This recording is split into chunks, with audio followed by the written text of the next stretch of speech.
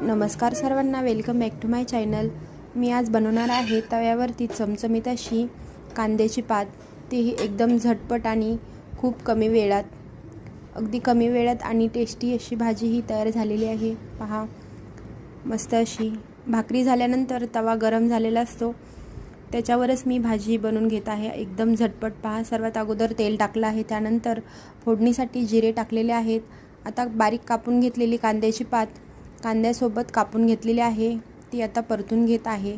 अशा प्रकारे तव्यावरच ही व्यवस्थित अशी मी परतून घेत आहे। पहा, मस्त अशी बारीक कांद्याची पात कापली, मस्त ही भाजी तयार होते आणि तव्यावरची टेस्ट ही एकदम खूप छान लागते।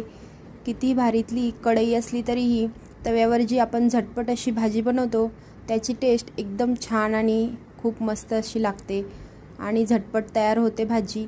आता यामध्ये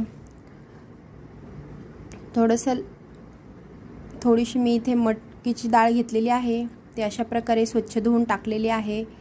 मटकीची डाळ ही पटकन शिजते आणि वाफवून घेतली तरी पटकन ही भाजीमध्ये वाफवून छान अशी मस्त लागते, त्याच्यामुळे मटकीची डाळ ही सुक्या भाज्यांमध्ये नक्की तुम्ही ॲड करू शकता।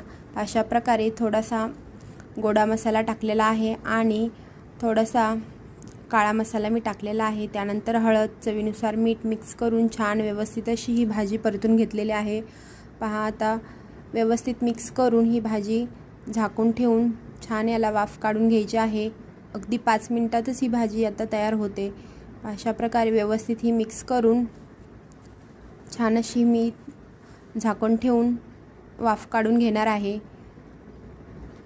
अगदी 2 मिनिटासाठी ही वाफ काढून घेतलेली आहे। पहा, मस्त ही वाफून भाजी झालेली आहे। आता एकदा परत मिक्स करून छान अशी एकत्रित करून पहा, मस्त भाजी तयार होत आहे। आता परत 1 मिनिटासाठी झाकून ठेवून ही भाजी मी रेडी करून घेत आहे।